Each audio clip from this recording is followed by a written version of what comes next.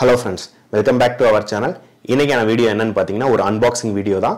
இன்னைக்கு நம்ம சேனல்ல நம்ம அன்பாக்ஸ் பண்ண போற டிவைஸ் என்னன்னு பாத்தீங்கன்னா Epsonல இருந்து L8050 பிரிண்டர்.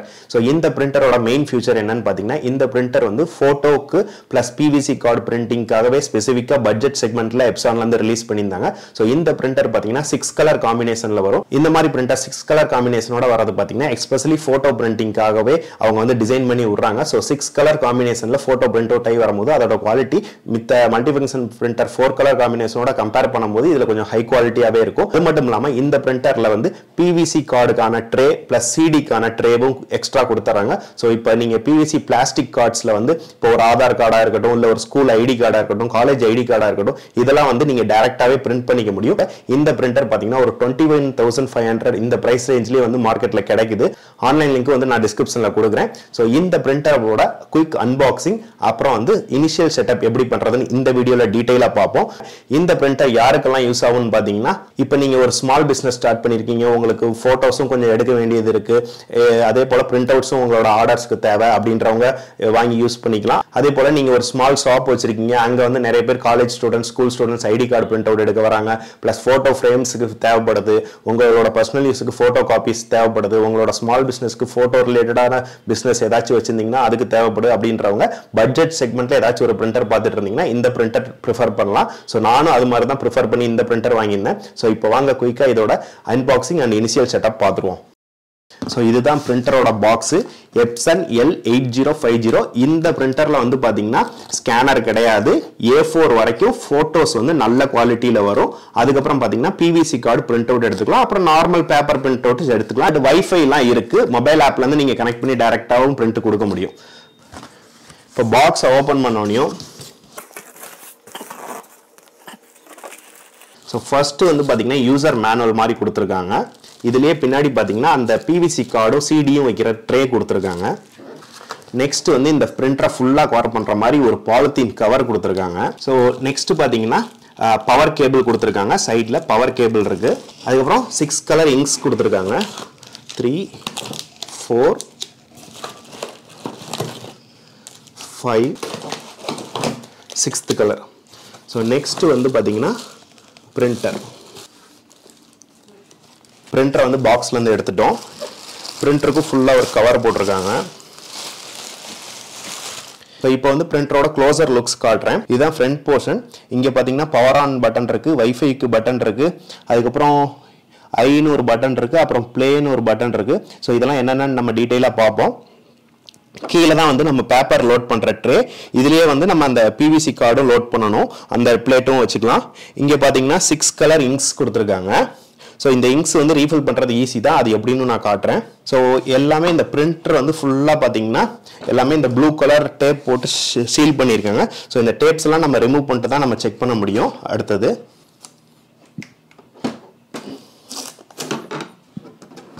ஸோ நம்ம பிரிண்டரோட இன்சைடு பார்க்கணும்னா இந்த டாப் பாக்ஸ் தான் ஓப்பன் பண்ணணும்.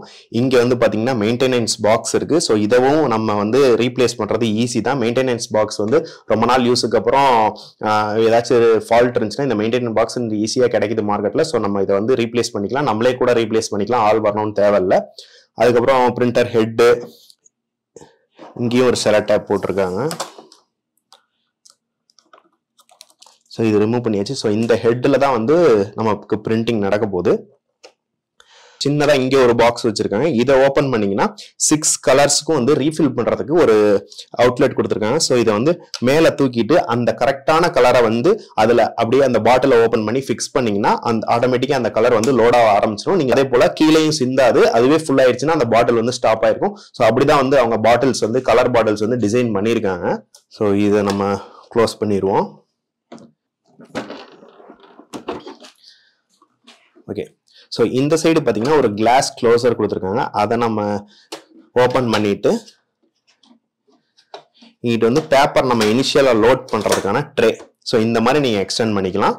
இங்கே வந்து நம்ம பேப்பரை லோட் பண்ணிக்கலாம். ஸோ பேக் சைடில் பார்த்தீங்கன்னா ஒரு சைடு வந்து பவர் கேபிளுக்கான இன்புட்டும் ஒரு சைடு வந்து USB நீங்கள் கம்ப்யூட்டரோட கனெக்ட் பண்ணுற ஸ்லாட்டும் கொடுத்துருக்காங்க. ஸோ அவ்வளோதான். ஸோ நீங்கள் வந்து இந்த பிரிண்டர் வந்து இப்போ ஜஸ்ட் இங்க் மட்டும் லோட் பண்ணிட்டீங்கன்னா இந்த டேப்ஸ் எல்லாம் எடுத்துட்டு ஜஸ்ட் உங்கள் கம்ப்யூட்டரில் கனெக்ட் பண்ணிட்டு Epsonோட சாஃப்ட்வேர்ஸ் கொடுத்துருப்பாங்க, அதை இன்ஸ்டால் பண்ணிட்டு நம்ம யூஸ் பண்ண ஆரம்பிச்சுக்கலாம். ஸோ நம்ம வந்து இப்போ வந்து இங்க் எப்படி லோட் பண்ணுறதுன்னு பார்ப்போம். ஸோ இந்த மேனுவலோட நம்ம பிவிசி அண்ட் சிடி வைக்கிறதுக்கான செப்பரேட் ட்ரே கொடுத்துருக்காங்கன்னு சொல்லியிருந்தோம். ஸோ இதுதான் அந்த ட்ரே. நீங்க 2 பிவிசியும் அட் டயத்துல வந்து பிரிண்ட் அவுட் எடுக்க முடியும். அதே போல இப்ப சிடி யாரும் பெருசா யூஸ் பண்றதில்ல. ஒரு சிடியோ டிவிடியோ இருந்துச்சுன்னா அதையும் நீங்க இங்க பிளேஸ் பண்ணி நீங்க வந்து இந்த சைடு, அதாவது நம்ம ஆன் பண்ற சைடு வந்து இதுல வந்து இன்சர்ட் பண்ணிக்கலாம். பாதி வரைக்கும் இப்ப பிவிசி கார்டுனா பிவிசி கார்டை லோட் பண்ணிட்டு இந்த பொசிஷன்ல வந்து நம்ம பாதி வரைக்கும் விட்டா அதுவே லோட் பண்ணி பிரிண்டர் ஸ்டார்ட் பண்ணிடும். இப்போ சப்போஸ் சிடி நீங்க வைக்கிறீங்கன்னா சிடியை வச்சுட்டு இந்த இடத்துல அதே போல பாதி வரைக்கும் லோட் பண்ணீங்கன்னா அதுவே வந்து ஃபீட் பண்ணி பிரிண்ட் பண்ண ஆரம்பிச்சிடும். ஸோ இந்த பிரிண்டரோட அவுட்புட் குவாலிட்டி பிவிசி கார்டில், சிடியில், பேப்பர்ல எப்படிலாம் இருக்குன்னு சொல்லி நம்ம நெக்ஸ்ட் வீடியோஸ்ல வரப்போகுது. ஸோ சேனல் சப்ஸ்கிரைப் பண்ணாங்க, சப்ஸ்கிரைப் பண்ணி வச்சுக்கோங்க. இந்த எப்சான் பிரிண்டரை பத்தி டீட்டெயிலா எந்த டவுட்ஸா இருந்தாலும் கமெண்ட்ஸ்லயும் சொல்லுங்க, நான் வந்து எக்ஸ்பிளைன் பண்றேன். ஸோ இங்க வந்து டாக்குமெண்டோட அவுட்புட் வர்ற ட்ரே இருக்கு. ஸோ இங்க பாத்தீங்கன்னா அவுட்புட் வர ட்ரே. நீங்க வந்து இந்த பிவிசி கார்டையும் வந்து இதுலதான் வந்து நம்ம இப்படி இன்சர்ட் பண்ற மாதிரி இருக்கும். நம்ம லோட் பண்றப்ப எப்படி இன்சர்ட் பண்றதுன்னு நான் சொல்றேன். ஸோ இப்போ வந்து நம்ம இங்க் வந்து ரீஃபில் பண்ண போறோம். ஸோ இங்க் ரீஃபில் பண்றது ஒரு குரூசியலான பார்ட். ஸோ அவங்களே வந்து இங்குக்கான இனிஷியல்ஸ் வந்து இந்த பிரிண்டர் முன்னாடி போட்டிருக்காங்க. First PK, LC, MC, Y, LM இந்த மாதிரி போட்டிருக்காங்க. ஸோ அதோட கரஸ்பாண்டிங் பாட்டில்லையும் அந்த இனிஷியல் போட்டிருப்பாங்க.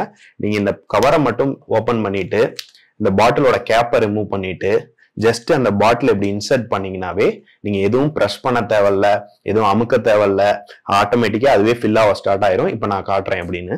ஸோ நம்ம ஃபர்ஸ்ட் வந்து பிளாக் இங்க் பிகேன்னு போட்டிருக்கோம். ஸோ அதை தான் ஃபில் பண்ண போறோம். ஸோ இப்போ இந்த பிளாக் பாட்டில்ல பாத்தீங்கன்னா பிகேன்னு போட்டிருக்கு. ஸோ நம்மளோட ஃபர்ஸ்ட் அவுட்லெட்லயும் பாத்தீங்கன்னா பிகேன்னு போட்டிருக்கு. ஸோ இந்த ப்ளூ கலர்ல ஒரு டேப் மாதிரி இருக்கும். ஸோ இதை வந்து லிஃப்ட் பண்ணிட்டு, ஸோ இங்கு பாட்டில வந்து நீங்க தலையில கவுத்தீங்கன்னா கூட இங்கு வெளியில வராது. ஸோ அதனால பயப்படாம ஸோ இந்த பிளாக்ல பிகே இதை ஜஸ்ட் இன்சர்ட் பண்ணீங்கன்னா போதும், உங்களுக்கு வந்து இங்கு லோட் ஸ்டார்ட் ஆயிரும். ஒரு 40 செகண்ட்ஸ்ல இந்த டேங்க் வந்து ஃபுல் ஆயிரும். உங்களுக்கு வெளியிலேயே வந்து இந்த டிரான்ஸ்பரண்ட் லேயர்ல எவ்வளவு ஃபில் ஆயிருக்குன்னு பார்க்க முடியும். இப்போ பாத்தீங்கன்னா ஏறிட்டு வருது.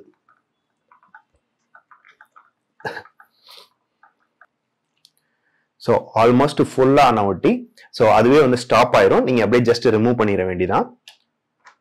இப்போ வந்து இதை க்ளோஸ் பண்ணிருங்க. ஸோ இங்கேயும் பார்த்தீங்கன்னா எனக்கு டிரான்ஸ்பரண்ட் லேயர்ல ஃபுல்லா காட்டுது. ஸோ இதை வந்து க்ளோஸ் பண்ணிக்கலாம். இதுல இன்னும் கொஞ்சம் இங்க் இருக்கு, நம்ம வந்து ரீயூஸ் பண்ணிக்கலாம். ஸோ அடுத்தது பார்த்தீங்கன்னா எல்சின்ற கலரு.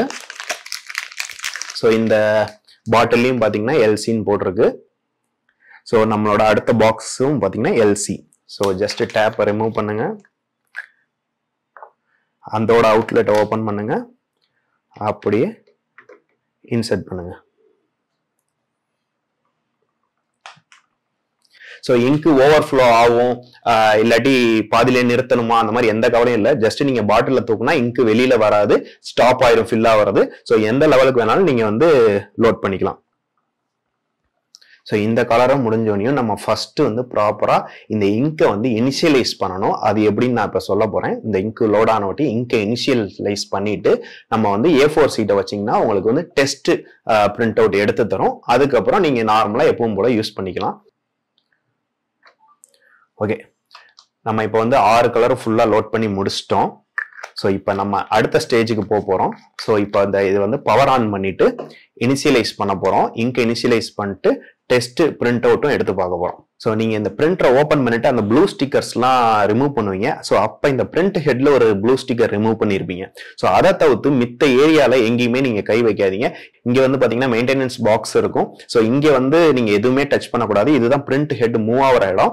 ஸோ வேற எங்கேயுமே நீங்க வந்து பேப்பர் ரோலர் எங்கேயுமே வந்து கை வைக்க தேவையில்ல. இங்க இங்கு லோட் பண்றதுக்கு மட்டும் இங்க லோட் பண்ணிட்டு இதை க்ளோஸ் பண்ணிட்டு இதை க்ளோஸ் பண்ணிடுங்க. ஸோ இப்போ நம்ம வந்து இதுக்கு பவர் கேபிள் போட போறோம். இப்போ வந்து இந்த பவர் கேபிள் அவங்க கொடுத்துருக்கத இந்த சைடு, ஸோ நீங்க வந்து ரைட் சைட்ல இருக்கும் இந்த பவர் கேபிளை பிளக் பண்ணிட்டு அதுக்கு பவர் சோர்ஸ் கொடுத்துருக்கேன். ஸோ ஃபர்ஸ்ட் பவர் ஆன் பண்ணணும். ஸோ பவர் ஆன் பண்ணோனையும் அந்த பவர் லைட் எரியும், வைஃபை லைட் எரியும். அதுக்கப்புறம் பார்த்தீங்கன்னா ஒரு டிராப்லெட்ல ஒரு ஆரஞ்சு கலர் லைட் எரியும். ஸோ அந்த லைட் எரியற வரைக்கும் நம்ம வெயிட் பண்ணணும். இப்போதான் நம்ம ஃபர்ஸ்ட் டைம் பூட் பண்றதுனால எல்லாம் வந்து இனிஷியலைஸ் ஆயிட்டு இருக்கு. நம்ம இங்கையும் லோட் பண்ணணும், அதுதான் மெயின் ப்ராசஸ். அதை தான் இப்போ சொல்ல போறேன். A few moments later. So இப்போ பார்த்தீங்கன்னா ஆன் பண்ணி ஃபியூ செகண்ட்ஸ்ல பிரிண்ட் ஹெட் வந்து மூவ் ஆயிட்டு உள்ள மூவ் ஆயிட்டு இப்போ பார்த்தீங்கன்னா இந்த டிராப்லெட் மாதிரி ஒரு ஆரஞ்சு கலர் இண்டிகேட்டர் ஆயிருக்கு. ஸோ இப்போ நம்ம வந்து இந்த லைட் அப்பியர் ஆனோனையும் நம்ம வந்து இங்கை வந்து இனிஷியலைஸ் பண்ணணும். ஸோ அதுக்கு என்ன பண்றீங்கன்னா இந்த பிளே பட்டன் மாதிரி இந்த டிராப்லெட் கீழே இருக்கிற பட்டன் பிரஸ் அண்ட் ஹோல்ட். 1 2 3 4.